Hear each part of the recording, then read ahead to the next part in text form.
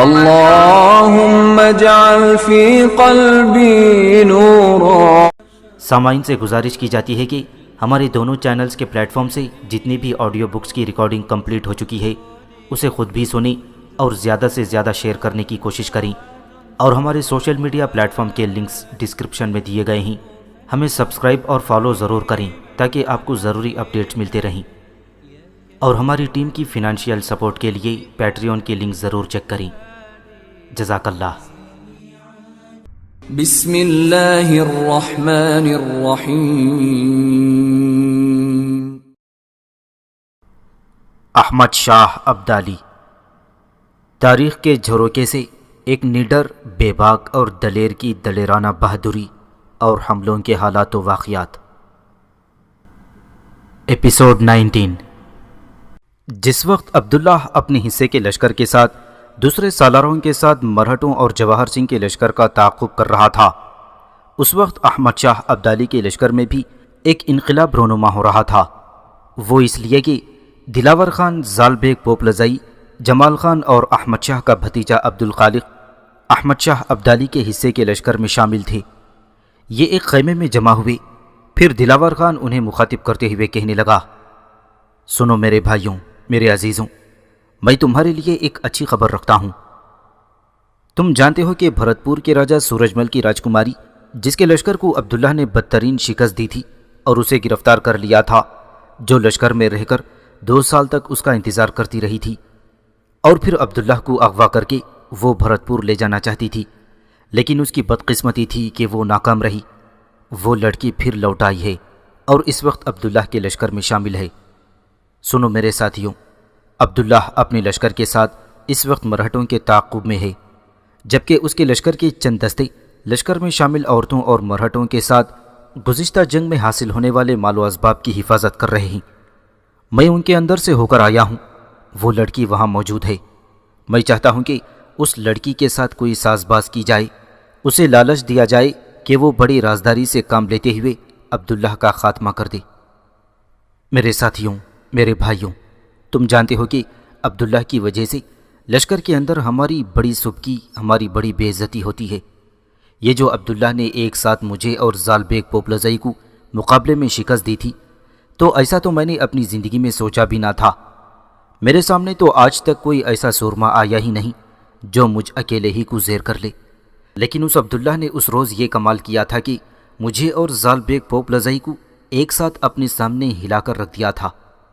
یہ ہماری انتہائی بے عزتی ہے، اور ہم اپنی اس بے عزتی کا بدلہ لیے بغیر نہیں رہیں گے۔ اگر تمہاری رضامندی ہو تو میں کچھ رقم لے کر اس لڑکی کے پاس جاؤں گا اور اسے لالچ دوں گا کہ وہ یہ رقم رکھ لے اور ہمارا یہ کام کر دے کہ کسی مناسب موقع پر وہ عبداللہ کے سینے میں خنجر گھوم کر اس کا خاتمہ کر دے۔ اگر ایسا ہو جائے تو لشکر کے اندر ہماری واہ واہ ہو جائے گی، اور احمد شاہ ابدالی کی نگاہوں میں بھی ہم اپنی کھوئی ہوئی عزت و وقار حاصل کرنے میں کامیاب ہو جائیں گے۔ یہاں تک کہنے کے بعد دلاور خان جب خاموش ہوا تو زال بیگ پوپلزئی بولا اور کہنے لگا، دیکھ دلاور خان، اگر ایسا کرنے میں کامیاب ہو جائے تو میں یہ سمجھوں گا کہ جو کچھ ہم نے کھویا ہے اسے ہم نے حاصل کر لیا ہے۔ اگر وہ لڑکی لالچ کے عوض عبداللہ کو قتل کرنے پر رضامند ہو جائے تو میں سمجھوں گا کہ ہم نے عبداللہ کو بدترین شکست دے دی ہے۔ میرے خیال میں تم ابھی جاؤ اور اس کام کو کر گزرو۔ یہ نہ ہو کہ عبداللہ مرہٹوں کے تعاقب سے لوٹ آئے اور پھر اس لڑکی سے تنہائی میں گفتگو کرنے کا موقع نہ ملے۔ یہاں تک کہنے کے بعد زال بیگ پوپلزئی نے دوسرے ساتھیوں کو مخاطب کرتے ہوئے پوچھا، میرے بھائیوں، تمہارا اس سلسلے میں کیا خیال ہے؟ جواب میں عبدالخالق اور جمال خان نے کچھ مشورہ کیا، پھر عبدالخالق بولا اور کہنے لگا، میرے بھائیوں، یہ بات تو طے شدہ ہے کہ ہم ہر معاملے میں تمہارے ساتھ ہیں، پر یہ کام بڑی احتیاط اور دیکھ بھال کے ساتھ کرنا، کہیں ایسا نہ ہو کہ اس کی خبر پاشا کو ہو جائے، اور تم جانتے ہو کہ وہ میرا چچا ہے، اور اگر اسے یہ پتہ چل گیا کہ ہم یہ جرم کرنے پر تیار ہوئے ہیں تو میں سمجھتا ہوں کہ وہ میری کھال ادھیڑ کر رکھ دے گا۔ اس پر دلاور خان اسے تسلی دیتے ہوئے کہنے لگا، میرے بھائیوں، میرے عزیزوں، تم بے فکر رہو، میں کانوں کان بھی کسی کو اس سازش کی خبر ہونے نہیں دوں گا۔ اب جب کہ یہ کام کرنے پر تم سارے رضامند ہو تو میں کامینی کی طرف جاتا ہوں۔ اس کے ساتھ ہی دلاور خان نے اپنے خیمے سے ایک تھیلی لے لی، پھر وہ کامینی کی طرف چل دیا تھا۔ مرہٹوں اور جواہر سنگھ کے متحدہ لشکر کی شکست اور پھر پسپائی کے بعد احمد شاہ ابدالی نے خیمے نصب کرنے کا حکم دے دیا تھا۔ کامینی کے لیے بھی خیمہ نصب کر دیا گیا تھا۔ احمد شاہ ابدالی کو ابھی کامینی کی موجودگی کا علم نہ تھا۔ جس وقت دلاور خان کامینی کی طرف روانہ ہوا اس وقت کامینی اپنے خیمے میں اکیلی بیٹھی ہوئی تھی۔ دلاور خان خیمے میں داخل ہوا، اسے اپنے خیمے میں دیکھتے ہوئے کامینی چونک کر کھڑی ہو گئی اور دلاور خان آہستہ آہستہ آگے بڑھا اور بڑی شفقت میں اسے مخاطب کرتے ہوئے کہنے لگا، میری بہن، فکر مند ہونے کی ضرورت نہیں، میں ایک انتہائی اہم موضوع پر تم سے گفتگو کرنا چاہتا ہوں۔ دلاور خان کے ان الفاظ سے کامینی کو کچھ ڈھارس ہوئی، لہذا وہ دوبارہ اپنی جگہ پر بیٹھ گئی۔ دلاور خان آگے بڑھا، کچھ فاصلہ رکھ کر کامینی کے سامنے بیٹھ گیا، پھر وہ بولا اور کامینی کو مخاطب کر کے کہنے لگا، دیکھو میری بہن، میں ایک انتہائی اہم موضوع پر تمہارے ساتھ گفتگو کرنے آیا ہوں۔ میری گفتگو کا موضوع ایسا ہے جس میں تمہاری بھی بہتری ہے اور ہماری بھی۔ مجھے امید ہے کہ اس سلسلے میں تم ضرور ہمارے ساتھ تعاون کرو گی۔ اس پر کامینی نے بڑے غور سے دلاور خان کی طرف دیکھتے ہوئے کہا، اگر میں غلطی پر نہیں تو تم وہی ہو جس کا نام دلاور خان ہے اور جسے زال بیگ کے ساتھ شاہ پسند نے مقابلے کے میدان میں شکست دی تھی۔ دلاور خان کہنے لگا، ہاں میں یقیناً وہی ہوں، اور میں یہ کہتے ہوئے عار محسوس نہیں کرتا کہ مجھے عبداللہ کے ہاتھوں شکست ہوئی تھی۔ اور اس کے ساتھ ہی نقدی کی بھری ہوئی تھیلی دلاور خان نے کامینی کے سامنے رکھتے ہوئے کہا، میری بہن، اس نقدی کا ذرا بغور جائزہ لو۔ کامینی نے نقدی کھول کر دیکھی، وہ سنہرے سکوں سے بھری ہوئی تھی۔ پھر وہ سوالیہ انداز اور جواب طلب نگاہوں سے دلاور خان کی طرف دیکھنے لگی تھی۔ دلاور خان فوراً بولا اور کہنے لگا، دیکھ کامینی میری بہن، میں جانتا ہوں کہ تو بھرت پور کے راجہ سورج مل کی راجکماری ہے، اس لحاظ سے تیرا اپنا ایک مقام اور تیرا ایک وقار ہے۔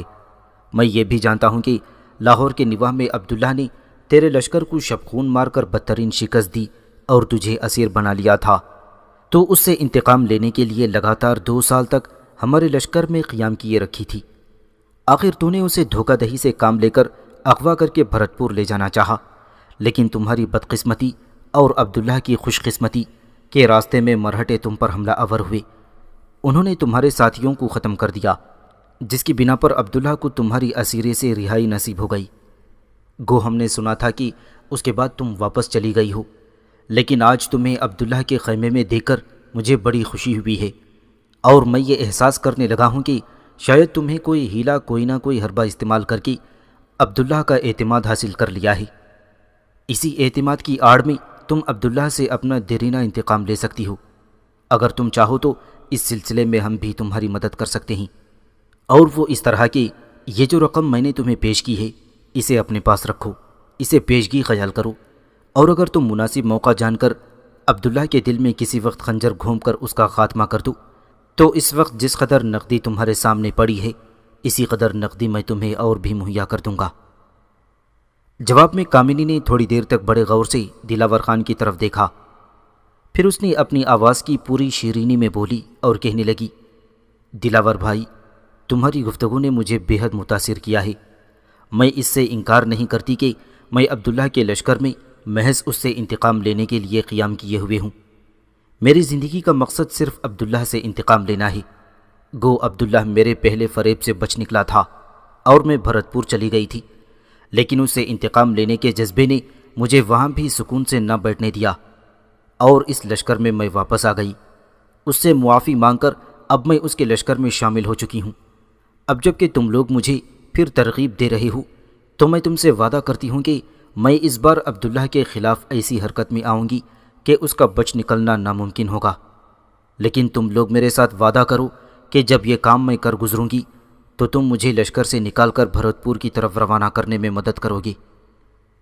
اس پر دلاور خان چھاتی تانتے ہوئے کہنے لگا، دیکھ کامینی میری بہن، اگر تو عبداللہ کا خاتمہ کر دے تو میں تمہیں یقین دلاتا ہوں کہ زال بیگ پوپلزئی، میں، جمال خان اور احمد شاہ ابدالی کا بھتیجا عبدالخالق نہ صرف یہ کہ تجھے لشکر سے نکالیں گے بلکہ اس شاہ راہ پر ڈال کر آئیں گے جہاں سے تم محفوظ طریقے سے بھرت پور کی طرف روانہ ہو سکو۔ دیکھو میری بہن، میں اب چلتا ہوں، تو اب وقت ضائع نہ کرنا، کسی بھی رات مناسب موقع جان کر تو عبداللہ کے خیمے میں گھسنا اور اس کا کام تمام کر دینا۔ میرے خیال میں عبداللہ کے لشکری جانتے ہیں کہ تم اس کے لشکر میں قیام کیے ہوئے ہو، اور رات کے وقت اگر تم عبداللہ کے خیمے میں جاتی ہو تو اس کے پہرے داروں کو بھی کوئی اعتراض نہیں ہوگا، اس لیے کہ میں سمجھتا ہوں کہ عبداللہ کے خیمے میں تمہارا آنا جانا ہوگا۔ کامنی خوش اور اطمینان کا اظہار کرتے ہوئے کہنے لگی، دلاور خان میرے بھائی، تم فکر مند نہ ہو، اب میں عبداللہ کو پوری طرح اپنے اعتماد میں لے چکی ہوں، اس سے محبت کا اظہار بھی کر چکی ہوں، اور اس پر یہ بھی واضح کر چکی ہوں کہ اس کے بغیر اب میں زندہ نہیں رہ سکتی، اور میرے خیال میں اب وہ بھی کچھ نہ کچھ میری باتوں پر اعتماد کرنے لگا ہے، لہٰذا اس سے انتقام لینا میرے لیے بڑا آسان اور سہل ہو جائے گا۔ اب تم جاؤ، اب اگر کسی اور نے تمہیں میرے خیمے میں دیکھ لیا تو کہیں کوئی شک ہی نہ گزرے، اور جو کام میں کرنا چاہتی ہوں وہ نہ کر گزروں۔ دلاور خان کو کامنی کی یہ بات پسند آئی، لہٰذا وہ چپ چاپ اٹھا اور کامنی کے خیمے سے نکل گیا تھا۔ مراٹھوں اور جواہر سنگھ کے لشکروں کا تعاقب کرنے کے بعد جب عبداللہ، شاہ ولی خان، جہان خان، نجیب الدولہ اور برخوردان لوٹے تھی تو وہ لشکرگاہ جہاں احمد شاہ ابدالی نے اپنے خیمے کے لشکر کے حصے کے ساتھ قیام کر رکھا تھا، وہاں سارے لشکر کے لیے خیمے نصب کر دیے گئے تھے۔ عبداللہ اپنے خیمے میں داخل ہوا ہی تھا کہ اس کے پیچھے پیچھے کامنی بھی اس کے خیمے میں داخل ہوئی، اور کامنی کو اپنے خیمے میں اپنے پیچھے پیچھے داخل ہوتے دیکھ کر عبداللہ چونک سا پڑا تھا، اس کی طرف مڑا اور سوالیہ انداز میں اسے مخاطب کرتے ہوئے پوچھنے لگا، کامنی، خیریت تو ہے؟ کیا تمہیں مجھ سے کوئی کام ہے؟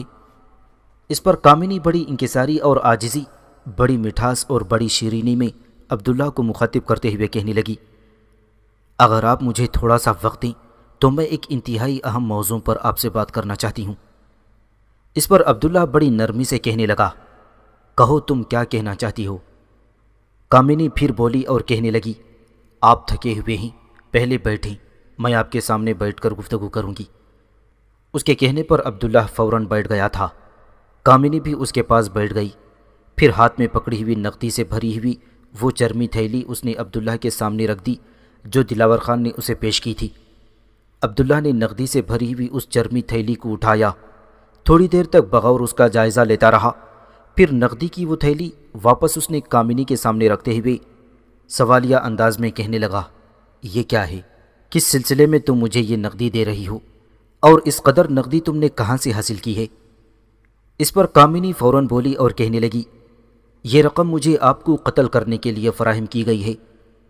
اس پر عبداللہ چونکا اور جواب طلب نگاہوں سے کامنی کی طرف دیکھتے ہوئے پوچھنے لگا، کس نے تمہیں میرے قتل کے لیے یہ رقم فراہم کی ہے؟ اس پر کامنی کہنے لگی، جس وقت آپ مرہٹوں اور میرے بھائی کے متحدہ لشکر کا تعاقب کرنے چلے گئے تھے تو آپ کی غیر موجودگی میں لشکر کے خیمے نصب کر دیے گئے تھے۔ میں اپنے خیمے میں اکیلی بیٹھی ہوئی تھی کہ دلاور خان میرے خیمے میں داخل ہوا۔ اس نے مجھ سے کہا تھا کہ میں جانتا ہوں کہ تم عبداللہ سے انتقام لینا چاہتی ہو، ایک بار تم انتقام لینے میں ناکام بھی ہو چکی ہو۔ وہ کہہ رہا تھا کہ تمہارا لشکر میں پھر سے واپس آ جانا اس بات کی غمازی کرتا ہے کہ پھر شاید تم عبداللہ کا اعتماد حاصل کرنے میں کامیاب ہو گئی ہو، لہٰذا اس اعتماد کو کام میں لاتے ہوئے کسی روز بڑی رازداری کے ساتھ تم عبداللہ کے خیمے میں داخل ہونا اور اس کے دل میں خنجر اتار کر اس کا خاتمہ کر دینا۔ اس نے مجھے یہ رقم پیشگی دی تھی اور کہہ رہا تھا کہ یہ رقم رکھ لو، اگر تم نے عبداللہ کا خاتمہ کر دیا تو اتنی ہی مزید رقم میں تمہیں فراہم کر دوں گا۔ کامنی کے اس انکشاف پر عبداللہ تھوڑی دیر تک کچھ سوچتا رہا، پھر اس نے تھوڑی دیر تک بڑے غور اور چپتی ہوئی نگاہوں سے کامنی کی طرف دیکھا۔ اس کے بعد وہ کہنے لگا، کامنی، اگر تو واقعی نقدی کی ضرورت محسوس کرتی ہے تو یہ نقدی بھی رکھ لے، اور اگر تجھے موقع ملے تو مجھے قتل کر دینا اور دلاور خان سے اتنی رقم اور حاصل کر لینا۔ عبداللہ کے اس انکشاف پر کامنی بیچاری کے چہرے پر اداسیاں اور غم بکھر کر رہ گئی تھی، اس کی آنکھوں میں نمی اتر آئی تھی۔ تھوڑی دیر تک وہ گلوں اور شکووں سے بھرپور انداز میں عبداللہ کی طرف دیکھتی رہی، پھر وہ ڈبڈباتی ہوئی آنکھوں سے ٹوٹتی بکھرتی ڈوبتی آواز میں کہنے لگی، شاہ پسند، آپ کی جان کے مقابلے میں یہ رقم تو کوئی حیثیت نہیں رکھتی۔ اگر کوئی مجھے دنیا بھر کی بادشاہت بھی عطا کر دے تو میں اس پر بھی لات مارتی ہوں۔ میں لعنت بھیجتی ہوں ایسی نقدی پر جو مجھے آپ کی جان کے عوض مہیا کی جا رہی ہو۔ میں نے دلاور خان سے وعدہ کیا تھا کہ میں اس کا کام میں اس کا کام کرنے کی کوشش کروں گی، صرف یہ جاننے کے لیے کہ دیکھیں وہ اگلا قدم کیا اٹھاتے ہیں۔ میں صرف آپ کو یہ مطلع کر دینا چاہتی ہوں کہ آپ دلاور خان اور اس کے ساتھیوں سے محتاط رہیں۔ جہاں تک میرا تعلق ہے، میں تو آپ کی گود میں پڑا ہوا ایک بے ضرر ہار ہوں، جسے آپ چاہیں تو گلے میں ڈال لیں اور نہ چاہیں تو پاؤں سے مسل کر آگے نکل جائیں۔ میں آپ کے لیے بے ضرر ہوں، بلکہ میں آپ کو یقین دلاتی ہوں کہ اگر کبھی کوئی ایسا موقع آیا جہاں آپ کو خطرہ ہوا تو آپ کی سلامتی اور آپ کی جان کی خاطر کامنی اپنی تن من دھن کی بازی لگا دے گی۔ شاہ پسند، کامنی اب بھرت پور کی راجکماری نہیں بلکہ ایک مسلمان لڑکی کی حیثیت سے آپ کی خادمہ اور آپ کی لونڈی ہے، اور اپنے آقا اور اپنے مالک کی حفاظت کرنا ایک خادمہ اور لونڈی پر فرض بنتا ہے۔ کامنی کی اس گفتگو کے بعد تھوڑی دیر عبداللہ اسے بڑے غور اور انہماک سے دیکھتا رہا، پھر وہ کہنے لگا، دیکھ کامنی، اب تو واقعی حقیقی معنوں میں اپنے آپ کو تبدیل کر چکی ہے، تو میں تیرا شکر گزار ہوں کہ تو نے مجھے دلاور خان کی سازش سے آگاہ کیا۔ دیکھ، نقدی کی یہ تھیلی تو اپنے پاس رکھ، تیرے کام آئے گی، اور جا اپنے خیمے میں جا کر آرام کر۔ اس پر کامنی خوشی کا اظہار کرتے ہوئے کہنے لگی، خداوند قدوس کا شکر ہے کہ آپ بدلے بدلے انداز میں مجھے مخاطب کر رہے ہیں۔ اللہ کا احسان ہے کہ آپ مجھے راجکماری کے بجائے کامنی کہہ کر مخاطب کر رہے ہیں۔ آپ نقدی کی یہ تھیلی اپنے پاس رکھیں۔ آپ جانتے ہیں کہ لشکر میں میری کوئی ضرورتیں ہی نہیں ہیں، اگر کسی موقع پر مجھے نقدی کی ضرورت ہوئی تو میں آپ سے مانگ لوں گی۔ اس کے ساتھ ہی کامنی اٹھ کر اپنے خیمے میں چلی گئی۔ کامنی کو اپنے خیمے میں بیٹھے ابھی تھوڑی ہی دیر ہوئی تھی کہ دلاور خان ایک بار پھر اس کے خیمے میں داخل ہوا۔ کامنی نے دیکھا اس کے چہرے پر نفرت اور بے پناہ غصے کے آثار تھے۔ اسے دیکھتے ہی کامنی کھڑی ہو گئی، بڑے غصے اور ناپسندیدہ سے انداز میں اسے مخاطب کر کے پوچھنے لگی، اب تم کیا چاہتے ہو؟ دلاور خان نزدیک آیا اور قہر بھرے انداز میں اسے مخاطب کر کے کہنے لگا، تم کیا سمجھتی ہو تم ہمیں بیوقوف بنا کر یہاں رہ سکو گی؟ اگر تم ہمارے ساتھ دھوکہ یا فریب کرو گی تو یاد رکھو اس لشکر میں نہ تمہاری جان نہ تمہاری عزت محفوظ رہ سکے گی۔ عبداللہ کے خیمے میں جا کر جو تم نے گفتگو کی ہے اس ساری گفتگو کی مجھے خبر ہو چکی ہے۔ تم نے اسے نقدی کی وہ تھیلی بھی پیش کر دی جو میں نے تمہیں دی تھی، اس پر یہ بھی انکشاف کر دیا کہ میں نے تمہیں اس کے قتل کی ترغیب دی ہے۔ دلاور خان کے اس انکشاف پر کامنی بیچاری پیلی ہو کر رہ گئی تھی، کچھ کہنا ہی چاہتی تھی کہ دلاور خان پھر بولا اور کہنے لگا، دیکھ کامنی، یہ مت بھولنا کہ تم اپنی منمانی کر سکو گی۔ میں سمجھتا ہوں تم عبداللہ سے انتقام لینے کو فراموش کر چکی ہو اور اس سے محبت کرنے لگی ہو، لیکن یاد رکھو یہ محبت تمہیں مہنگی پڑے گی۔ تم یہ سوچ رہی ہوگی کہ مجھے تمہاری اور عبداللہ کی گفتگو کا علم کیسے ہوا؟ تو سنو، عبداللہ کے خیمے کے سامنے جو پہرا دینے والے سپاہی ہیں، اور ان میں سے ایک نے مجھے تمہاری اور عبداللہ کی گفتگو کے ایک ایک لفظ سے آگاہ کر دیا ہے۔ کامنی، تیرے لیے بہتر یہی ہے کہ جو ہم چاہتے ہیں وہ تو کر دے، اور اب تو عبداللہ کے قتل کے لیے نقدی بھی قبول کر چکی ہے۔ اب تجھ پر یہ فرض بنتا ہے کہ جو ہم کہتے ہیں وہ کر گزر۔ اگر تم نے ایسا نہ کیا تو تم اپنی جان اپنی عزت دونوں سے ہاتھ دھو بیٹھو گی، اور ہمارے مقابلے میں یہ عبداللہ بیچارہ تمہاری کوئی بھی مدد نہ کر سکے گا۔ دلاور خان کی اس گفتگو سے کامنی بیچاری پریشان، اداس، افسردہ اور ملول سی ہو کر رہ گئی تھی۔ اس کے پاس شاید الفاظ ہی ختم ہو گئے تھے کہ جنہیں استعمال کر کے وہ دلاور خان کو کوئی جواب دیتی۔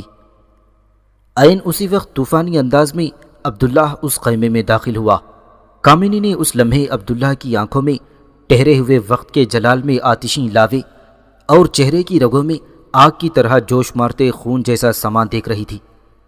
پھر طوفانی انداز میں عبداللہ آگے بڑھا۔ اتنی دیر تک دلاور خان بھی مڑتے ہوئے اسے دیکھ چکا تھا۔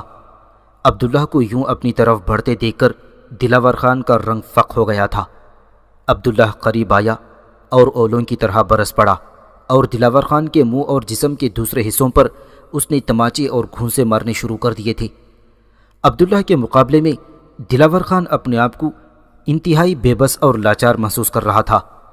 پھر عبداللہ نے دلاور خان کو اٹھا کر خیمے میں پٹک دیا اور پاؤں کی ٹھوکریں لگاتار اس کے پیٹ اور پیٹھ پر اور جسم کے دوسرے حصوں پر لگانے لگا تھا۔ کامنی بھاگ کر آگے بڑھی، فکر مندی میں اس نے عبداللہ کا ہاتھ پکڑ کر اسے دوسری طرف کھینچتے ہوئے کہا، بس کیجئے، مر جائے گا یہ۔ اس پر عبداللہ خفگی کا اظہار کرتے ہوئے کہنے لگا، اس جیسے بے غیرت اس قدر جلدی نہیں مرتے۔ اس کے بعد عبداللہ نے بستر کی ایک چادر اٹھائی، اسے دلاور خان کے گلے میں پھندے کی طرح ڈالا اور دلاور خان کو گھسیٹتا ہوا باہر لے گیا۔ عین اسی وقت خیمے کے سامنے برخوردار خان نمودار ہوا۔ وہ یہ سارا سما دیکھتے ہوئے دنگ رہ گیا تھا۔ عبداللہ کے ساتھ کامنی بھی اپنے خیمے سے باہر نکل آئی تھی اور عبداللہ کے پیچھے پیچھے ہو لی۔ برخوردار خان شاید معاملے کی نزاکت کو سمجھ گیا تھا، لہذا وہ کامنی کے قریب آیا۔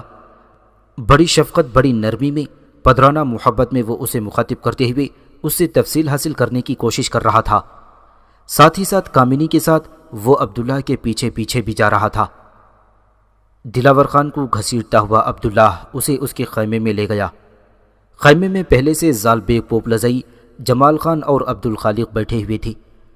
اب عبداللہ دلاور کو لے کر خیمے میں داخل ہوا تو اس کی گردن کے گرد لپٹی ہوئی چادر اس نے ہٹا دی تھی اور اپنے کندھے پر رکھی۔ پھر دلاور کی پیٹھ پر اس نے اس قوت سے لات ماری تھی کہ دلاور بیچارہ لڑکتا ہوا زال بیگ پوپلزئی کی گود میں جا گرا تھا۔ اس موقع پر عبداللہ جوش مارتی ہوئی آگ کے سے انداز میں ان چاروں کو مخاطب کر کے کہنے لگا، سنو زخمیوں پر تفرید کے ٹانکے لگانے والوں، قاتل چھریاں زخموں سے دھونے والوں، میں جانتا ہوں تمہارے دل میں ابلیس کے ہونٹوں پر قرآن ہوتا ہے۔ بظاہر تم فرعون جیسی ستوت، نمرود جیسا جلال رکھتے ہو، اس کے باوجود میں جانتا ہوں تمہارے جیسے لوگ سانپ ہوتے ہیں اور نماز پر اذان دینے والے اور بہروں کی انجمن میں نغمہ سرائی کرنے والے ہوں۔ تم لوگ موسیٰ کے عرفان میں زرتشت کے سورج کو خلط ملط کرنے والے ہو۔ سنو، آج تم نے کامنی کو نقدی کا لالچ دے کر میرے قتل کا منصوبہ بنایا ہے۔ یہ ایک موقع ہے کہ میں تم لوگوں کو معاف کرتا ہوں۔ آئندہ پھر اگر کوئی ایسا دھوکہ اور فریب دینے کی کوشش کی اور خونی کھیل تم نے میرے ساتھ کھیلنے کی کوشش کی تو یاد رکھنا، میں بیرم خان کا بیٹا رات کی تاریکی میں تم چاروں کی گردنیں کاٹ کر رکھ دوں گا۔ تم مجھے اچھی طرح جانتے ہو، جب بھی میری تلوار لوگوں کے خلاف بے نیام ہوگی تو وہ صرف تمہاری گردن ہی نہیں، تمہاری تلواروں کو بھی کاٹ کر رکھ دے گی۔ سن رکھو غداری کی دہلیز پر رقص کرنے والوں، مجھے مجبور نہ کرو کہ میں تم چاروں کے خلاف اپنی تلوار بے نیام کروں۔ اس کے ساتھ ہی عبداللہ جب ان کے خیمے سے نکلا تو اس نے دیکھا خیمے کے دروازے پر کامنی کے ساتھ برخوردار خان بھی کھڑا ہوا تھا۔ عین اس موقع پر برخوردار خان حرکت میں آیا۔ لشکر کے کچھ سپاہی یہ ہنگامہ دیکھتے ہوئے وہاں جمع ہو گئے تھے۔ برخوردار خان نے فوراً انہیں حکم دیا کہ ان چاروں کے خیموں پر پہرا دینا شروع کر دیں اور ان میں سے کسی کو بھی بھاگنے نہ دیں۔ اس پر عبداللہ برخوردار خان کے قریب آیا اور نرمی سے اسے مخاطب کرتے ہوئے کہنے لگا، برخوردار میرے محترم، معاملے کو جانے دیں، رفع دفع کر دیں۔ اس پر برخوردار خان بڑی پدرانہ شفقت میں کہنے لگا، عبداللہ میرے بیٹے، اب تو خاموش رہ۔ دیکھ میرے بیٹے، انہوں نے تیرے قتل کا منصوبہ نہیں بنایا بلکہ میرے شاہ ولی خان اور خود پاشا کے قتل کا منصوبہ بنایا ہے، اس لیے کہ ہم تینوں تمہیں اپنا بیٹا سمجھتے ہیں، لہٰذا اب تو خاموش ہو جا۔ اب تو دیکھ کہ میں ان کے ساتھ کیسے نمٹتا ہوں۔ اس کے ساتھ ہی برخوردار خان تیز تیز قدم اٹھاتا ہوا وہاں سے چلا گیا تھا۔ اس کے جانے کے بعد عبداللہ نے کامنی کی طرف دیکھتے ہوئے کہا، آؤ چلے یہاں سے۔ کامنی عبداللہ کے ان الفاظ پر خوش ہو گئی تھی، چپ چاپ وہ اس کے ساتھ ہو لی۔ عبداللہ جب اپنے خیمے میں داخل ہوا تو کامنی اس کے خیمے کے دروازے پر کھڑی ہو گئی۔ عبداللہ جب خیمے کے وسط پر جا کر بیٹھا تب کامنی نے دروازے پر ہی کھڑا رہتے ہوئے پوچھا، اگر آپ اجازت دیں تو میں اندر آ جاؤں؟ اس پر عبداللہ کسی قدر نرمی اور محبت سے ملی جلی آواز میں کہنے لگا، اس کے لیے تمہیں پوچھنے کی کیا ضرورت ہے، تم جب چاہو میرے خیمے میں آ سکتی ہو۔ عبداللہ کا یہ جواب بھی کامنی کے لیے نیا اور انوکھا تھا۔ کامنی تھوڑی دیر تک عبداللہ کے سامنے بالکل بصیرت کی بندرگاہوں، اجڑے بامودر جیسی افسردہ، گنگ لبوں دل فگار ساحل جیسی الجھی، غلامی کی زنجیروں میں جکڑے ضمیر، بے سحر آفاق دل افسردہ کے وسوسوں جیسی پریشان سی بیٹھی ہوئی تھی۔ اس کے بعد شاید اس نے کچھ فیصلہ کیا اور عبداللہ کو مخاطب کرتے ہوئے کہنے لگی، شاہ پسند، خدا کے لیے بتائیے کہ میں کس نو کے محتسب، قلم کے کس فقیہ کے پاس جاؤں جو آپ کو یہ یقین دلا سکے کہ میں آپ کی ذات کے لیے زہر نہیں ہوں بلکہ اجالے کی تقسیم ہوں۔ خدا کے لیے مجھے بتائیے کہ میں کس مفتی شہر، کس قاضی بازار کے پاس جا کر انصاف طلب کروں جو آپ کو یقین دلا سکے کہ آپ کے لیے میں زنگ کی دھار لہو کا پھول نہیں، آپ کی غم زندگی کے لیے گیتوں کا رنگ خون رسیدہ زمین میں محبتوں کی شناسہ، سراب لمحوں میں یادوں کی بکھری دھنک اور شیریں ذائقہ ہوں۔ کاش میرے پاس الفاظ ہوتے جو میں آپ کو یقین دلاتی کہ میں آپ کے لیے بے وفا نہیں، جانثار ہوں۔ کاش میرے پاس کوئی ایسا طریقہ ہوتا کہ میں آپ کو اپنا دل چیر کر دکھلا سکتی، آپ پر ثابت کر سکتی کہ آپ کی خوشی کی خاطر اپنی جان بھی قربان کر سکتی ہوں۔ اگر کوئی ایسا لمحہ آیا تو آپ دیکھیں گے کہ میں اپنا تن من دھن غرضے کی، اپنی ذات کی ہر چیز آپ پر نچھاور کر دوں گی۔ یہاں تک کہنے کے بعد کامنی جب تھوڑی دیر کے لیے خاموش ہوئی تو عبداللہ اسے مخاطب کرتے ہوئے کہنے لگا، دیکھ کامنی، تو کسی خوش فہمی یا کسی روگ اور وسوسے میں مبتلا نہ ہو جانا۔ میں تم سے ناراض نہیں ہوں، نہ ہی میں تمہارے متعلق کوئی بد اعتمادی رکھتا ہوں۔ ان الفاظ کو میں بھی کہہ سکتا ہوں کہ اب مجھے تم پر پورا بھروسہ ہے کہ تم مجھے نقصان نہیں پہنچاؤ گی۔ عبداللہ کے ان الفاظ نے کامنی کی حالت اکثر بدل کر رکھ دی تھی۔ عبداللہ کے یہ الفاظ سن کر اس کے چشم نرگس میں چاندنی کی لطیف ہلچل، بہاروں کی برہنہ لہریں اور جوان خراشیں رقص کر اٹھی تھیں۔ پھر کامنی مسکراتی ہوئی آواز میں کہنے لگی، شاہ پسند، صرف ایک بار اور کہیے کہ آپ کو مجھ پر اعتماد اور بھروسہ ہے، اور یہ کہ آپ مجھ سے نفرت نہیں کرتے، اور یہ کہ میں آپ کی دشمن نہیں، جانثار ہوں۔ اس پر عبداللہ جھٹ بولا اور کہنے لگا، ہاں، تمہارے سامنے میں اس بات کا اقرار کرتا ہوں کہ اب مجھے تم پر پورا بھروسہ اور اعتماد ہے، تم میری دشمن نہیں، جانثار ہو، اور یہ کہ میں تم سے ہرگز نفرت نہیں کرتا۔ اس موقع پر کامنی بیچاری کی حالت بڑی عجیب سی ہو کر رہ گئی۔ تھوڑی دیر پہلے تک جہاں وہ شکست خوردہ افسردہ سامان اور ابلتے چشموں کی چاندنی اور لبریز جام جیسی خوش دکھائی دے رہی تھی، وہاں اب وہ محبتوں کے کھلے بادلوں جیسی شاداب، ابلتے چشموں کی چاندنی اور لبریز جام جیسی خوش دکھائی دے رہی تھی۔ تھوڑی دیر تک کامنی پر ایسی کیفیت طاری رہی، پھر اچانک اسے نہ جانے کیا ہوا، ایک دم وہ آگے بڑھی اور لگاتار کئی بوسے اس نے شاہ پسند کے پاؤں کو دے دیے۔ عبداللہ نے ایک دم اپنا پاؤں پیچھے ہٹا لیا تھا، کامنی کو اس کے کندھوں سے پکڑ کر سیدھا کیا، پھر وہ احتجاج کرنے کے انداز میں کہنے لگا، کامنی، یہ تم کیا کر رہی ہو؟ تمہیں میرے پاؤں کو چوم کر میرا شکر گزار اور ممنون ہونے کی کوئی ضرورت نہیں۔ تم نے اپنے رویے سے ثابت کر دیا ہے کہ اب تم میری دشمن نہیں رہی۔ اس پر کامنی سیدھی ہو کر بیٹھی، اپنے لبوں پر اس نے گہری سلگتی مسکراہٹ بکھیری، پھر وہ اپنی آواز کی پوری شیرینی اور مٹھاس میں کہنے لگی، اب جب کہ آپ مجھے معاف کر چکے ہیں اور مجھ سے نفرت بھی نہیں کرتے، میں سمجھتی ہوں کہ میں اس وقت دنیا کی خوش قسمت ترین لڑکی ہوں۔ اگر آپ ناراض اور خفا نہ ہوں تو اس موقع پر میں آپ سے 2 باتیں پوچھنا چاہتی ہوں۔ جواب میں عبداللہ نے بڑی نرمی اور اپنائیت میں کہا، پوچھو، تم کیا پوچھنا چاہتی ہو؟ کامنی کہنے لگی، پہلی بات تو یہ بتائیے کہ آپ کی حفاظت کے لیے ایسے پہرے دار کیوں ہیں جو اندر ہی اندر دلاور خان سے ملے ہوئے ہیں؟ اس پر عبداللہ مسکراتے ہوئے کہنے لگا، تمہیں دھوکہ اور غلط فہمی ہوئی ہے کامنی۔ میرا وہ پہرے دار جس کے متعلق دلاور خان نے کہا تھا کہ وہ اس کا آدمی ہے، وہ میرے لیے انتہائی مخلص اور بھائیوں جیسا جانثار ہے۔ اس نے دلاور خان کے ساتھ ساز باز اس لیے کی تھی کہ پتہ چلے کہ دلاور خان کیا کرنا چاہتا ہے، اور جس وقت اسے اطلاع پا کر دلاور خان تمہارے خیمے کی طرف گیا تھا، اس نے مجھے بھی اطلاع کر دی تھی کہ دلاور خان تمہارے خیمے میں گیا ہے، لہٰذا اسی کے اطلاع دینے پر میں بھی تمہارے خیمے میں آیا اور دلاور خان کی پٹائی کر دی۔ عبداللہ کا یہ جواب سن کر کامنی مطمئن ہو گئی تھی۔ تھوڑی دیر تک اس نے سوچا، پھر وہ بولی اور کہنے لگی، میرا دوسرا سوال آپ سے یہ ہے کہ کیا آپ چاہتے ہیں کہ اب بھی میں اسی خیمے میں علیحدہ پڑی رہوں جس میں آپ نے میرے رہنے کا انتظام کر رکھا ہے؟ وہاں میں اپنے آپ کو خطرے میں محسوس کرتی ہوں اور تنہا بھی ہوں۔ اس پر عبداللہ نے تیز نگاہوں سے کامنی کی طرف دیکھتے ہوئے پوچھا، تم کہاں رہنا چاہتی ہو؟ کامنی جھٹ سے بولی اور کہنے لگی، اب جب کہ میرے اور آپ کے درمیان کوئی عداوت اور دشمنی نہیں رہی، اور یہ کہ آپ کی سلامتی مجھے جان سے بھی عزیز ہے، میں چاہتی ہوں کہ میں آپ کے خیمے میں رہوں۔ اس پر کسی کو کوئی اعتراض بھی نہیں ہوگا، اس لیے کہ خود پاشا مجھے آپ کے حوالے کر چکے ہیں اور آپ کو اجازت دے چکے ہیں کہ چاہے تو مجھے اپنی بیوی بنا لیں، چاہے لونڈی بنا کر اپنے پاس رکھیں۔ اب یہ آپ کے فیصلے پر منحصر ہے کہ مجھے اپنے خیمے میں بیوی کی حیثیت سے رکھیے یا لونڈی بنا کر، جس طرح بھی رکھیں گے ہر طرح سے میں آپ کی خدمت کروں گی۔ کامنی کے اس استفسار پر عبداللہ تھوڑی دیر کچھ سوچتا رہا، اس کی گردن جھکی رہی۔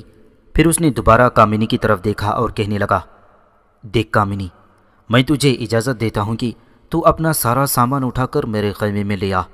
تو یہاں رہ سکتی ہے لیکن لونڈی کی حیثیت سے نہیں، ایک معزز محترم اور ذی عزت مہمان کی حیثیت سے۔ اس پر کامنی جھٹ بولی اور کہنے لگی، کیا میں یہ سمجھ لوں کہ میں اس قابل نہیں کہ آپ کی بیوی بن سکوں؟ اس پر عبداللہ افسردہ ہو گیا اور کہنے لگا، دیکھ کامنی، میں تجھ سے اب کوئی چیز چھپاؤں گا نہیں۔ مجھے بے حد خوشی اور اطمینان ہے کہ تم نے میری خاطر اپنے آپ کو تبدیل کر لیا ہے۔ تمہارے حوالے سے میرے لیے یہ چیز بھی باعث دل جمعی ہے کہ تم مسلمان ہو چکی ہو۔ رہا سوال شادی کا، تو دیکھ کامنی، میں ابھی شادی نہیں کر سکتا۔ تو جانتی ہے کہ میرے دونوں پاؤں میں ابھی تک لوہے کے کڑے پڑے ہوئے ہیں اور یہ اسی وقت کٹ کر علیحدہ ہو سکتے ہیں جب تک کہ میں اپنے ماں باپ کے قاتلوں کو قتل نہیں کرتا، اور قاتل بھی بڑے دراز دست اور صاحب حیثیت لوگ ہیں۔ ایک ہرات کا سابق حکمران امیر خان ہے اور دوسرا کابل کا سابق حکمران نصیر خان ہے۔ ان دونوں کا خاتمہ کرنے کے بعد میں تمہارے ساتھ وعدہ کرتا ہوں کہ میں اپنے پاؤں کے دونوں کڑے کٹوانے کے بعد تمہارے ساتھ شادی کر لوں گا۔ اگر تم اس وقت تک میرا انتظار کر سکتی ہو تو کر لو۔ اس پر کامنی فوراً بولی اور کہنے لگی، دیکھیے شاہ پسند، اب پہلے والی بات نہیں رہی۔ اب آپ میری زندگی، میری جان، میرے جسم کے لیے گلہائے چمن کی خوشبو، برسر اقتدار خاموشی میں بصیرت کی بیداری، زنجیروں کے اسیر لمحوں میں نور قمر کی لطافت ہیں۔ شاہ پسند میرے حبیب، اب آپ میرے لیے، میری روح، میری جان کے لیے نغمہ عبودیت الاپنے والا لمحہ، ظلمتوں کو نزول کرنے والا فرشتہ، سحر آفرین نگاہوں میں آزادی کی جھنکار، میرے مزمحل جسم میں بھرپور قوت ہیں۔ کاش میں اس قابل ہوتی کہ اپنا دل کھول کر آپ کو دکھا سکتی کہ آپ کے متعلق میرے پاس کیسے اور کس طرح کے جذبات اور خیالات ہیں۔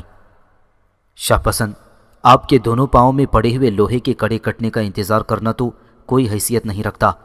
قسم اس کائنات کے پیدا کرنے والے رب کی، میں تو اپنی موت کی آخری ہچکی تک بھی آپ کا انتظار کر سکتی ہوں۔ یہاں تک کہنے کے بعد کامنی تھوڑی دیر تک خاموش رہ کر کچھ سوچتی رہی تھی۔ پھر اس نے غور سے عبداللہ کی طرف دیکھا اور کہنے لگی، شاہ پسند، کاش میں آپ کو یہ بتا سکتی کہ آپ وہ پہلی ہستی ہیں جس نے میرے ٹوٹے ہوئے ماضی میں زمزموں کی ساحری، میری روح پر چھائی آہنی حیت میں خوشبوئے پرسکون، میری بنجر زمین میں زندگی جیسی نا انجان امنگیں، میری لذتوں کی رنگین مستی اور میرے نظر و دل کے پیچ و تاب میں لمحوں کا قرب بھر کر رکھ دیا ہے۔ اب میرا آپ کے بغیر جینا ایسے ہی دشوار ہے جیسے کہ بحر کے بغیر موج، جیسے کہ شجر کے بغیر سایہ، جیسے چاند کے بغیر چاندنی، اور جیسے کہ زندگی کے بغیر فانی جسم۔ یہاں تک کہنے کے بعد کامنی خاموش ہو گئی۔ اس کی اس گفتگو کے جواب میں عبداللہ کچھ کہنے والا تھا کہ خیمے کے دروازے پر اس کا محافظ نمودار ہوا اور اسے مخاطب کرتے ہوئے کہنے لگا، شاہ پسند، آپ کو فی الفور پاشا نے طلب کیا ہے۔ پہرے دار کے ان الفاظ پر کامنی چونک پڑی تھی اور عبداللہ کی طرف دیکھتے ہوئے کہنے لگی، میرا خیال ہے برقردار خان نے پاشا تک دلاور خان اور اس کے ساتھیوں کے آپ کے ساتھ جھگڑے کی تفصیل بتا دی ہے، اور اسی سلسلے میں شاید پاشا نے آپ کو طلب کیا ہے۔ اگر آپ کہیں تو میں بھی آپ کے ساتھ چلتی ہوں تاکہ میں خود اپنی زبان سے پاشا کو آگاہ کر سکوں۔ عبداللہ اپنی جگہ پر اٹھ کھڑا ہوا اور محبت بھری نظروں سے کامنی کی طرف دیکھتے ہوئے کہنے لگا، دیکھ کامنی، تو یہیں بیٹھ، میں اکیلا ہی پاشا کی طرف جاتا ہوں اور دیکھتا ہوں کہ اس سلسلے میں وہ کیا کہتے ہیں۔ اس کے ساتھ ہی عبداللہ اپنے خیمے سے نکل گیا تھا۔